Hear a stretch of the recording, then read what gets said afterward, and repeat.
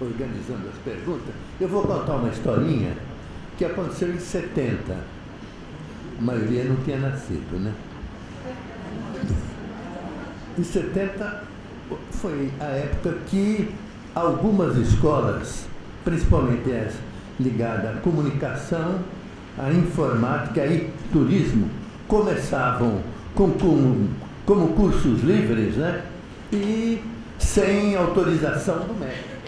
E eu estou falando no início de 71 e vou falar claramente do meu curso de turismo, que nós fomos os pioneiros, começamos o curso sem MEC, sem nada. Quando nós estamos começando o curso, saiu o parecer nem lembro de quem, o parecer sobre o curso de turismo, né?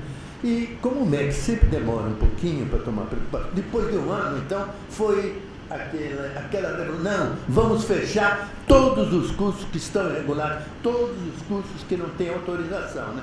E chegou a época de fecharem o curso de turismo. Então, o encarregado de fechar o meu curso de turismo, nós estamos falando em 72, era o professor Zé Ernesto Ballestede. Era um mineiro alemão, né? Não é também do tempo de vocês. Então, era o meu início, como é que eu falo?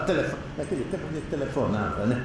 Telefonava, mas não, quando eu resolver ir à sua escola, eu aviso. Eu sei que depois de 2 ou 3 meses eu recebo um telefonema que no dia seguinte ele viria para fechar a minha escola.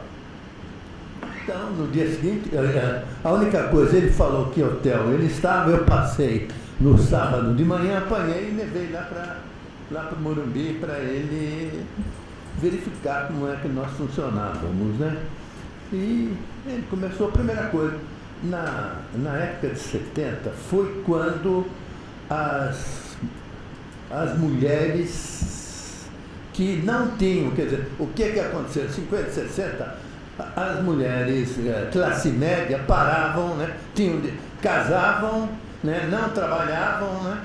E na época de 70 é que floresce todas essas senhoras que estão com os filhos já criados e que voltam para a faculdade. E como o turismo era uma novidade, tinha ao lado do Morumbi toda aquela senhoras da alta sociedade, muito estudiosas, e eu sei que a primeira coisa que o Zé Ernesto viu eram os automóveis, né? Pô, mas que tanto... É escola de fim de semana, eles já falam. É escola de fim de semana. Porque naquele tempo, não é no tempo de vocês, também tinha muita escola de fim de semana, que só funcionava na sexta-feira, no sábado e no domingo. Certo? Era uma postura, mas o que aconteceu? Ele ficou olhando, quero ver biblioteca, quero ver isso. E depois, por coincidência, naquele dia tinha um seminário de turismo, né? E ele pegou, eu quero ver esse seminário. Pegou, os alunos estavam expondo os seus projetos, né? E, num determinado tempo, era uma equipe que estava falando de Minas Gerais. E ele se intrometeu e ficou fazendo perguntas de todo lado sobre Minas Gerais, né? Ele fazia a pergunta e a aluna retocava. Eu fazia aqui, retocava. Ele pegou, parou, ele chegou, falou: Gabriel, eu sou professor de desenvolvimento econômico, eu sou catarinense. Eu estava em Minas Gerais, estava falando sobre Santa Catarina. Eu sou catarinense, e esse pessoal respondeu maravilhosamente: não quero ver mais nada. Pode mandar os documentos que a sua escola está aprovada. Então, os comentários, mas é que é para pegar o que o Paulo falou, né? Que muitas vezes não se conhece o trabalho que as escolas fazem, né? E que também não dá para fazer. Agora, que melhorou bastante daquele tempo para hoje, eu acho que eu sou testemunha, né? Eu estou confirmando o que os dois falaram, né? Então, a primeira pergunta, eu vou juntar 3 perguntas, é da Carmen Silva, da Universidade Tuiuti, e é vice-presidente da BNS, a pergunta, professora Cláudia, sobre a obrigatoriedade do Comitê de Ética em pesquisa. A demanda para o CONEP é grande e tenderá a aumentar. Hoje vivenciamos a demora da aprovação do CONEP a cada mudança que as IES fazem de seus comitês. Haverá alguma tolerância do INEP ou alguma forma de atuação e apoio para que procedimentos burocráticos do CONEP não prejudiquem as IES? Essa é uma pergunta. Depois a outra da Tereza Cristina,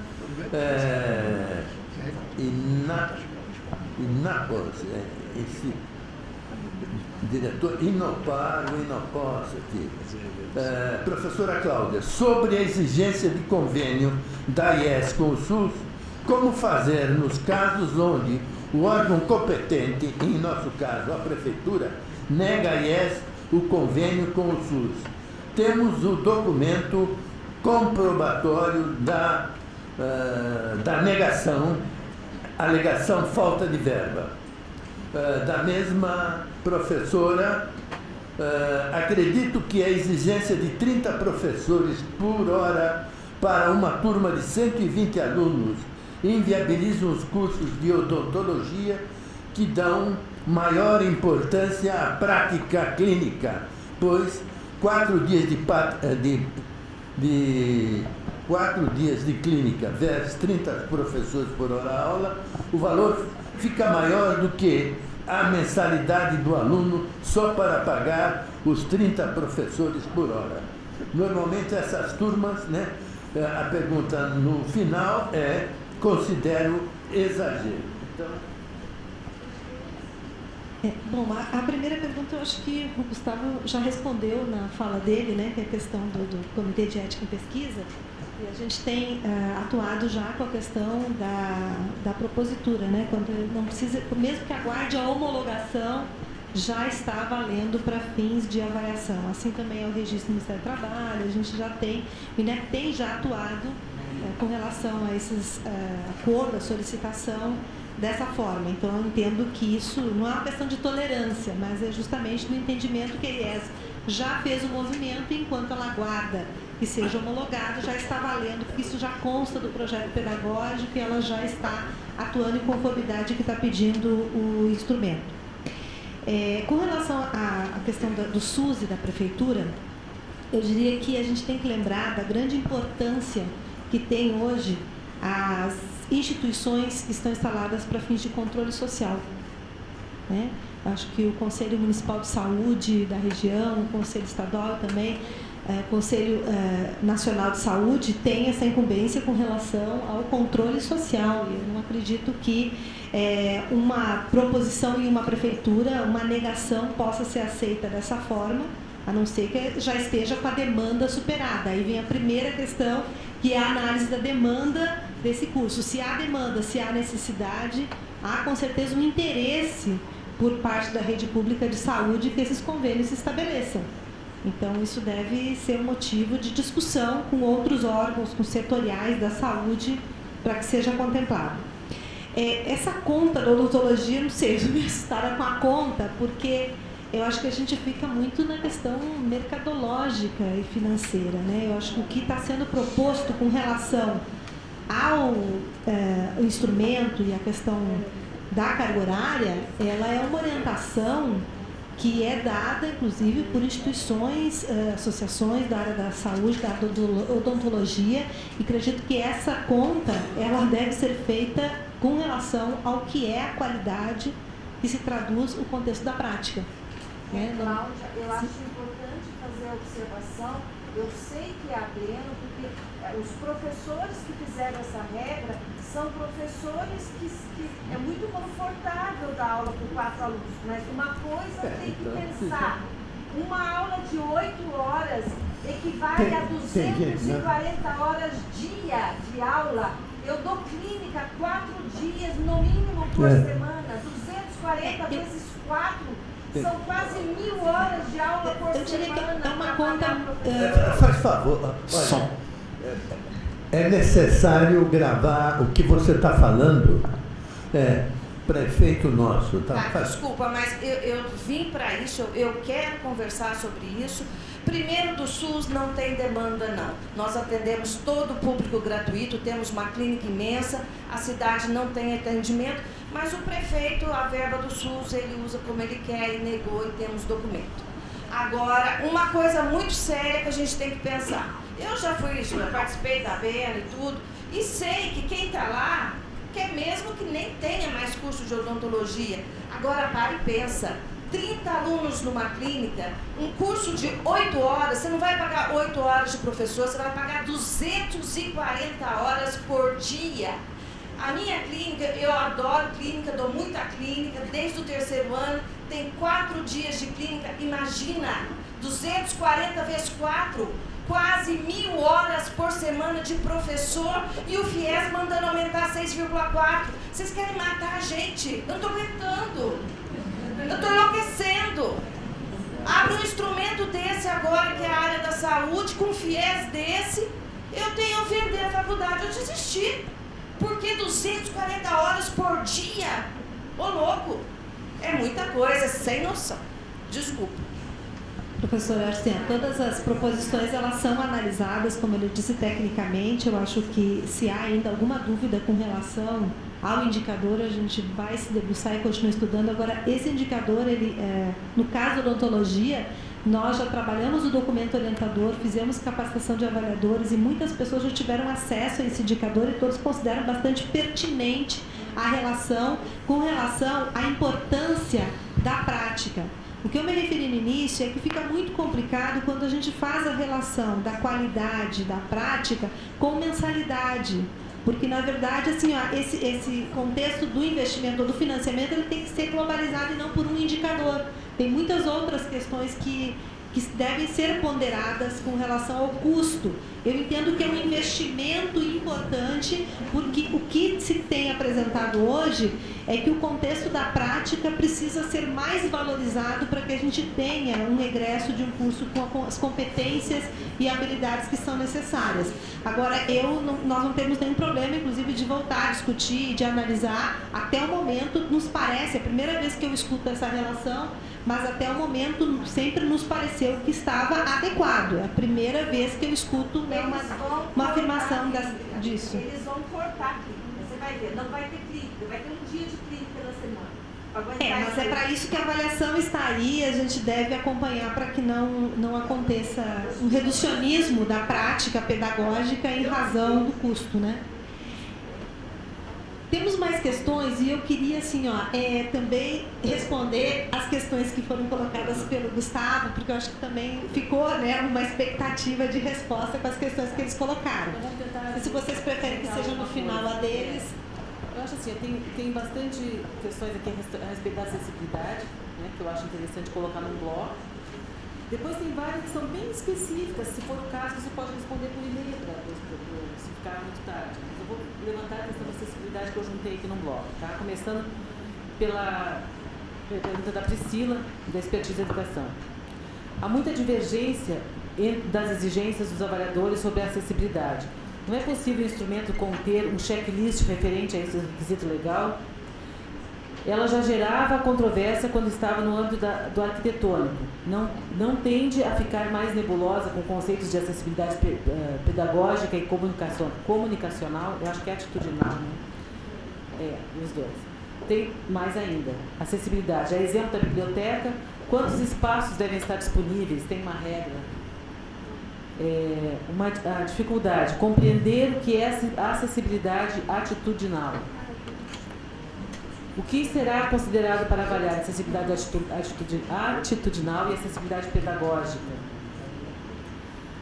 O atendimento aos requisitos legais de acessibilidade para qualquer tipo de deficiência em todas as instituições não desvirtua a destinação dos investimentos financeiros, por exemplo, preparar toda a IES para alunos cegos, se não há nenhum aluno cego matriculado?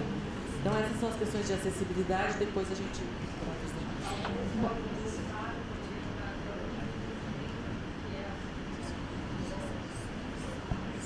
Certo. Eu acho que... vou falar um pouquinho de acessibilidade, até porque a minha história profissional no Ministério da Educação, não sei se todos vocês sabem, ela começa na Secretaria de Educação Especial. Eu fui diretora de Políticas de Educação Especial. Então, eu tenho já tive um grande trabalho na construção do decreto de acessibilidade. Na época eu já atuava com isso. Trabalhei, inclusive, na consolidação das proposições do decreto de acessibilidade. E, realmente, há uma grande dificuldade no entendimento de que a acessibilidade é um conceito universal. Falar de acessibilidade é falar de trânsito pleno em todas as atividades, em todas as situações, em todas as vivências. É pensar num sujeito que tem autonomia para frequentar todos os espaços educacionais. Quando a gente fala de atitude, a gente está falando de preconceito. Às vezes, a falta de uma acessibilidade atitudinal está representada em um docente que não consegue ver aquele estudante com deficiência como os demais estudantes, como os outros. Enquanto que aquele estudante que tem uma deficiência visual e que, se ele tiver os meios para a sua comunicação, ele não tem nenhuma limitação mais. Então, entender a acessibilidade é entender como uma eliminação de barreiras. Quando eu elimino a barreira, eu permito que aquela pessoa possa ter uma educação como todas as pessoas que ali estão. E a legislação, ela traz esse conceito muito claro e que a gente demorou a incorporar. Então, o que a gente sofre hoje, eu digo sofre a gente, as instituições, é que essa lei já tem mais de 10 anos. E ela deveria ter sido implementada gradativamente, mas ninguém se preocupou com ela até que ela completasse os 10 anos de transição e ela fosse cobrada por Ministério Público. Não é um instrumento de avaliação que está impondo a cobrança de acessibilidade. É o Ministério Público que está exigindo o cumprimento de uma legislação. Então, não tem como a gente reduzir um indicador ou tirar, porque se isso não for feito, vai chegar no aspecto legal, vai chegar com uma cobrança da justiça. E o que a gente tem que entender por acessibilidade também? Que a acessibilidade não é só do estudante, é da comunidade acadêmica. Pode ter um pai, uma mãe, um funcionário, uma pessoa que veio para uma palestra, para um evento de extensão, que não frequenta todo dia a escola, mas ela tem que ter acessibilidade naquele momento. Eu estava na Conferência Nacional de Educação ano passado, na CONAI. Quando eu comecei a falar, entrou uma pessoa surda e mandou parar. Para, porque não tem intérprete de Libras. Não é porque naquele momento em que eu comecei a falar não tinha um intérprete, não tinha uma surda, que não deveria estar previsto um intérprete de Libras para aquele espaço. Então, a instituição tem que ter um intérprete de Libras, ela tem que prever a acessibilidade em todas as situações.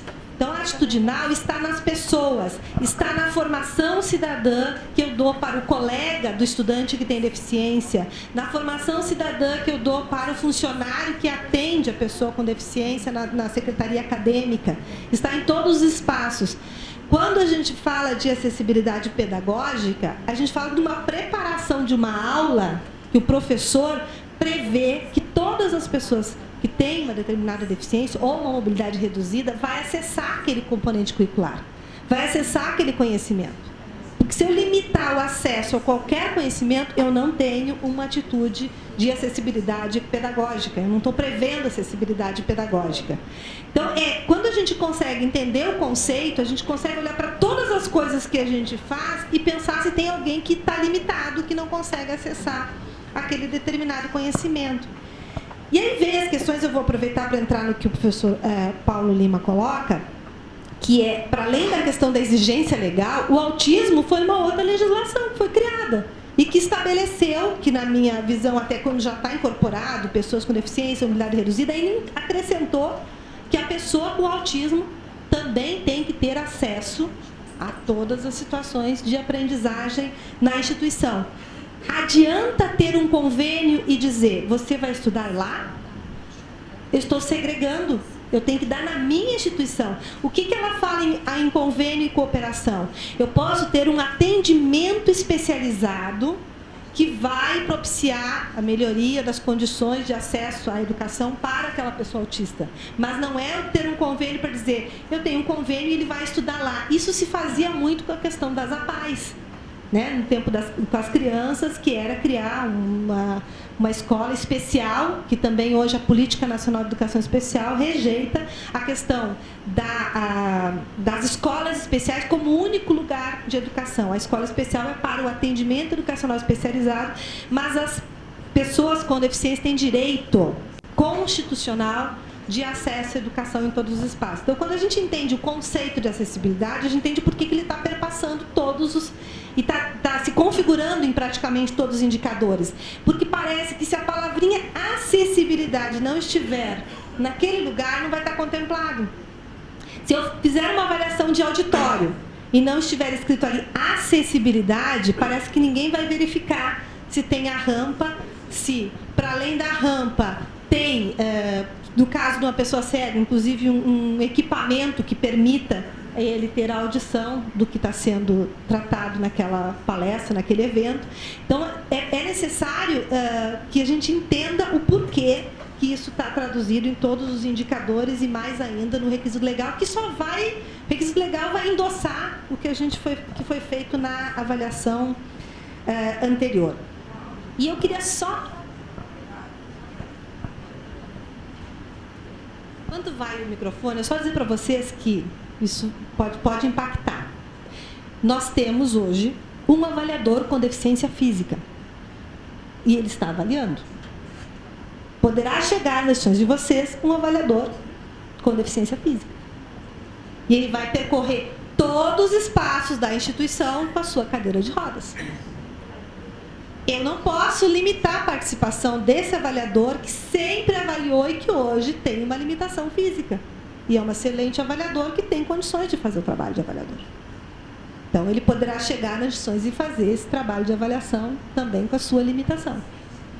Vejam como a gente precisa... É um desafio? Claro que é um desafio. Mas nós vamos superando à medida que a gente entende que isso é possível. Cláudia, você, por participar, né, e ter vindo dessa área da educação especial, você tem conhecimento das diversas necessidades que os alunos podem ter e da dificuldade que é preparar uma instituição para atender todas essas dificuldades, não só no âmbito estrutural, mas em relação à atitudinal, preparar os professores. Como que a gente vai preparar todos os professores para atenderem qualquer tipo de necessidade? A gente não tem nenhum preparo pedagógico dos professores bacharéis para estar em sala de aula, quanto menos um preparo para ter esses alunos com essas deficiências em sala. A gente, como instituição particular, eu falo do nome da instituição, né, que eu represento aqui, a gente sabe o custo que é colocar um campus acessível, pelas normas da ABNT, que são colocadas como requisitos legais e todas as outras legislações. A gente sabe, e você sabe, as instituições hoje estão carentes. Você exigir um preparo para todos os alunos, tendo necessidade especial ou não, tendo deficiência ou não, você não acha que você direciona muito para esse lado da acessibilidade, não tendo alunos, e deixa de investir na formação daqueles alunos que estão na instituição e que não têm essas necessidades especiais? Eu digo novamente, é uma questão que foi aprovada no Congresso, uma lei. Nós não podemos questionar se a gente vai implementar agora ou depois. Nós já deveríamos estar implementando. No que compete à avaliação, a gente faz um diagnóstico a cada avaliação. E eu quero dizer que nem todos vão tirar 5 no indicador que está referente aos aspectos de acessibilidade nos indicadores. Mas se a gente olhar para aqueles indicadores, agora eu fui 3, e estimar que eu vou ser 4 na sequência e que eu vou melhorar, a gente vai, com certeza, estar mudando. Lembrando que a gente fez legal. Ele é requisito legal, mas tem sido entendido, a gente tem colocado, inclusive nesse momento, como é que o instrumento de avaliação está colocado. A instituição vai declarar como ela está em relação ao atendimento daquele requisito legal. Então, essa é uma das mudanças que, inclusive, a gente até não colocou ali no final da apresentação. Mas não é mais o avaliador que vai estimar como ela deveria estar, mas a própria instituição declara o que ela faz para alcançar aquele determinado requisito legal. E o avaliador vai verificar se o que ela declarou existe, se não existe, e o que mais poderia, né, acrescentar. E aí sim faz a análise do atendimento ou não do requisito legal. Eu entendo que a gente vai levar tempo para chegar a realmente uma sociedade acessível, que é o que a gente espera. Né? A gente está falando de acessibilidade, não é só na instituição de educação superior, a gente está falando de uma cidade acessível, a gente está falando de tudo, não é só... mas principalmente a educação não pode ficar parada, né, sem realmente atender o que está sendo exigido. É uma responsabilidade da instituição, então, atender às necessidades dos estudantes. Respondendo ao questionamento do professor Paulo Lima, então, não tem como questionar por que não atender, é uma necessidade que tem que ser atendida pela instituição e não pode ter custo adicional para o estudante.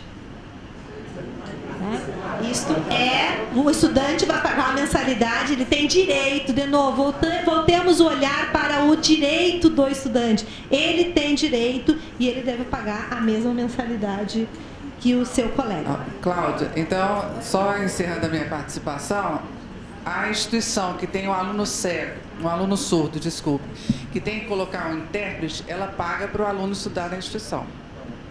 Muitas...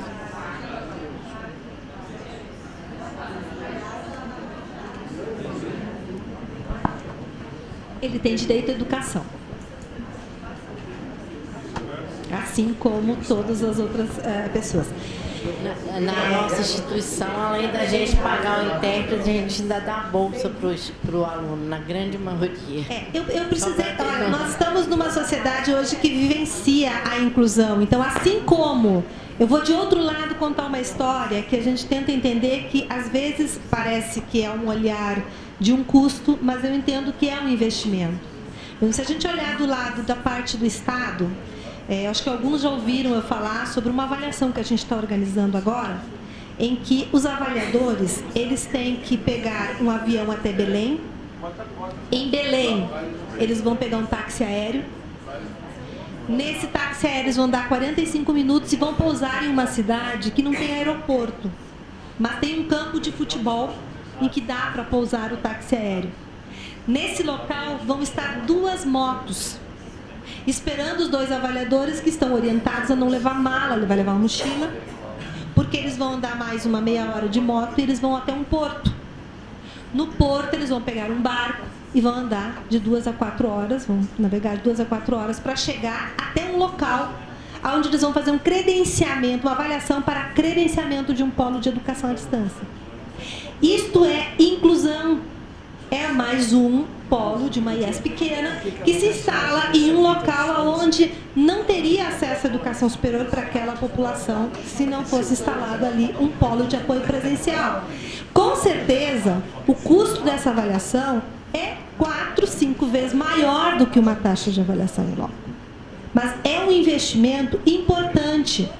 Então, eu gostaria que a gente pudesse olhar, né, o quanto essas ações, elas são importantes e, de outra forma, elas não podem ser vistas como custo. E até dá para diluir em outras questões da instituição para que não fique pesado, não dizer que é sobre aquele aluno, mas diluindo esse custo, possa-se entender que estamos fazendo a nossa parte enquanto educadores para desenvolvimento da educação superior. Tem uma questão que o Gustavo coloca e o Paulo Lima também, que é sobre a CTA. Eu não poderia deixar de falar sobre a CTA. A CTA é uma instância recursal para os projetos, para o processo todo de avaliação em loco. Sempre foi entendido, desde a construção do seu primeiro regimento, como uma análise técnica. né? E como uma análise técnica tem como objetivo analisar a consistência do relatório, a coerência do relatório. Então, ele julga se aquele relatório tem coerência entre a postura que o avaliador, né, analisou, o juízo de valor que ele fez em relação ao texto. Então, muitas vezes você encontra uma contradição entre o indicador atribuído, o conceito atribuído e o que está descrito no qualitativo daquele indicador, entre outras questões. E nunca foi pensado numa proposição de debater com a instituição, porque há o espaço de contrarrazão da instituição, que é também por escrito. Então, a instituição tem o espaço, sim, de se manifestar. Mas, por outro lado, a gente tem ouvido muito questionamento da instituição que quer, além de se manifestar em papel, quer explicar, quer falar. O avaliador, por sua vez, também diz, eu também quero me explicar. Então, vocês imaginem o que seria uma análise de um documento de que quer se ver a coerência se fossem sessões abertas e discutidos cada um dos processos. A intenção é que se preserve essa análise mais documental enquanto um processo de CTA, né, e não uma discussão em torno de uma defesa da posição da instituição e a posição do avaliador. Porque quando a CTA percebe que ela não consegue alterar o relatório, alterar o conceito, alterar o que está escrito, quando ainda assim não chega a coerência do relatório, aí sim faz a designação por uma nova avaliação. Porque a própria CTA pode chegar à coerência do relatório com algumas mudanças ou comprovação que a instituição faça. Pode-se pensar em um novo modelo? Pode, eu acho que sempre há um espaço para a gente dialogar, o meu perfil é esse, de sempre discutir. Entretanto, como aqui bem falado, nós estamos num momento em que, pelo número de avaliações, não é que aumentaram os números de processo da CTA, mas aumentou o número de avaliações ano. Então, quando antigamente a gente fazia, né, antes de 2010 se fazia 1.000 avaliações no ano, hoje se faz 6.000. Então, é lógico que se eu tinha 100 processos para analisar no ano, hoje a gente tem 600, 800 processos para analisar o ano. E as instituições muitas vezes postam uma contrarrazão que tem 40, 50 páginas. Vocês imaginam um relato de um processo com tantas laudas para serem analisadas pelo parecerista. Então, tem processos bastante demorados. Nós temos tentado dinamizar esse fluxo. Para 2015, eu estabeleci 3 dias de reunião de CTA, não mais 2 dias. Justamente para poder dar vazão mais aos processos, porque a intenção não é que fique muito tempo na CTA e nem que a instituição faça a opção por não recorrer à CTA, porque leva tempo. Isso é um prejuízo, porque você vai ficar com um relatório que está incoerente. Então, eu sempre digo, se vê uma incoerência no relatório, entre na CTA. Agora, se começa a fazer julgamento, não vou mandar porque vai demorar muito, vai perder o sentido, né, do que se espera como uma instância recursal para analisar a coerência do relatório. Ao mesmo tempo, a CTA ela tem trabalhado com relação ao perfil do avaliador. Então, faz também junto com a DAIS, né, o INEP nos auxilia na gestão do banco de avaliadores. Eu fiquei muito preocupada com o relato com relação ao avaliador consultor. Porque isso, para mim, isso já é compromisso do avaliador. Para ingressar no banco, tem um termo de compromisso que o avaliador assina e declara, não sou consultor. Se ele declarar que é consultor, ele não ingressa no banco. Exatamente, eu estou com um documento falso.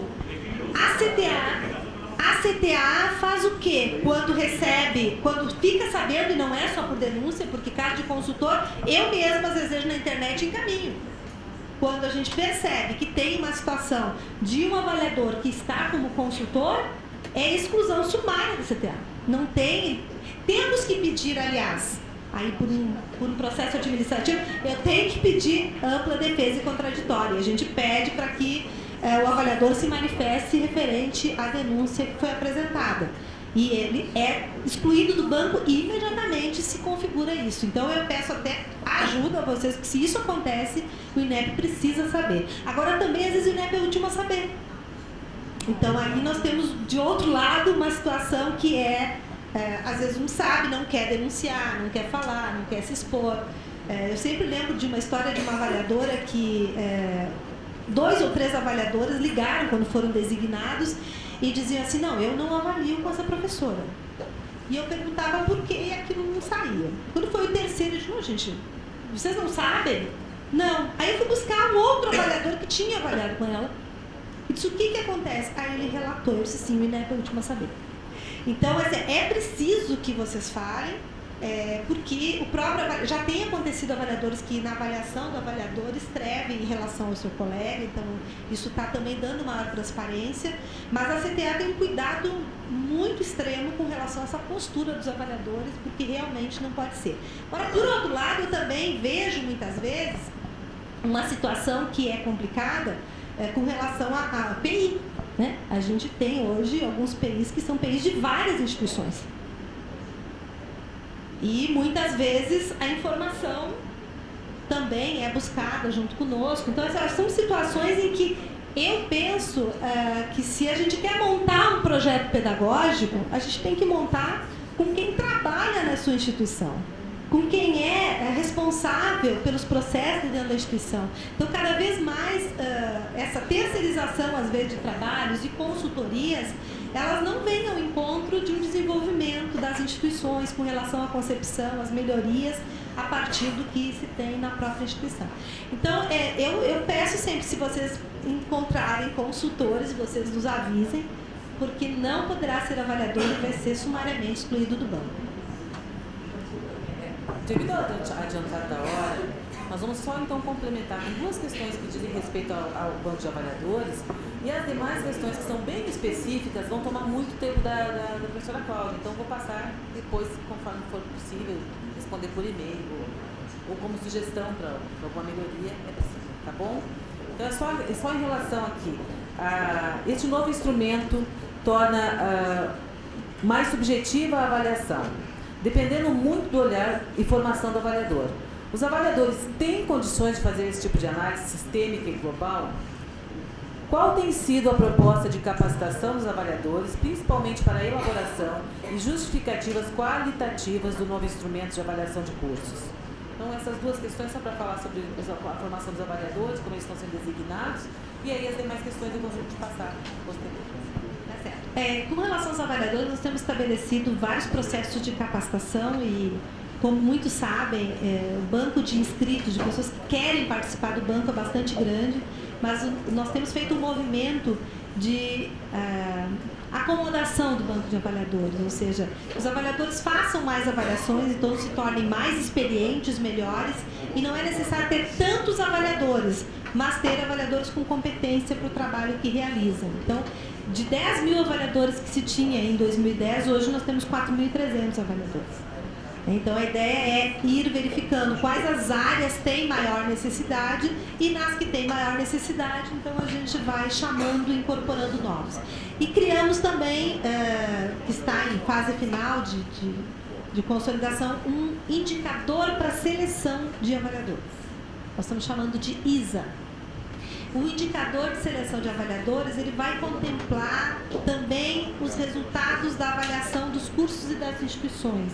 Quer dizer, os avaliadores, para se candidatarem, para serem selecionados avaliadores, eles têm que ser oriundos de cursos bem avaliados, de instituições que têm um bom resultado na avaliação, que têm uma ampla experiência docente ou de gestão, daquilo que a gente, da expertise que ele tem enquanto atividade pedagógica, então é um critério que será utilizado para selecionar. Acredito que selecionando melhor os avaliadores, nós também vamos ter já um bom caminho andado aí com relação à capacitação. Mas é uma atividade permanente e eu diria que dos avaliadores que se tem hoje, com certeza 95% são excelentes. Mas ainda tem alguns avaliadores que a gente precisa da cooperação ou mais capacitação para que, enfim, possam fazer o trabalho não tão subjetivo como aqui foi colocado, mas de acordo com o que foram orientados em todas as propostas de capacitação. O índice de permanência na instituição também vai contar como um critério do insumo do indicador de seleção. Professora Cláudia, Gustavo, Paulo, Carmen, vocês que estão aí, A ABMS agradece a todos, particularmente pela boa vontade, pela clareza da palestra. Agora, com respeito à denúncia, a ABMS se coloca completamente à disposição para quê? Eu sei que muitas vezes é difícil uma entidade pequena ficar falando, manda a documentação para a ABMS e nós somos intermediários, olha, chegar, olha, acontece isso não tem problema nenhum.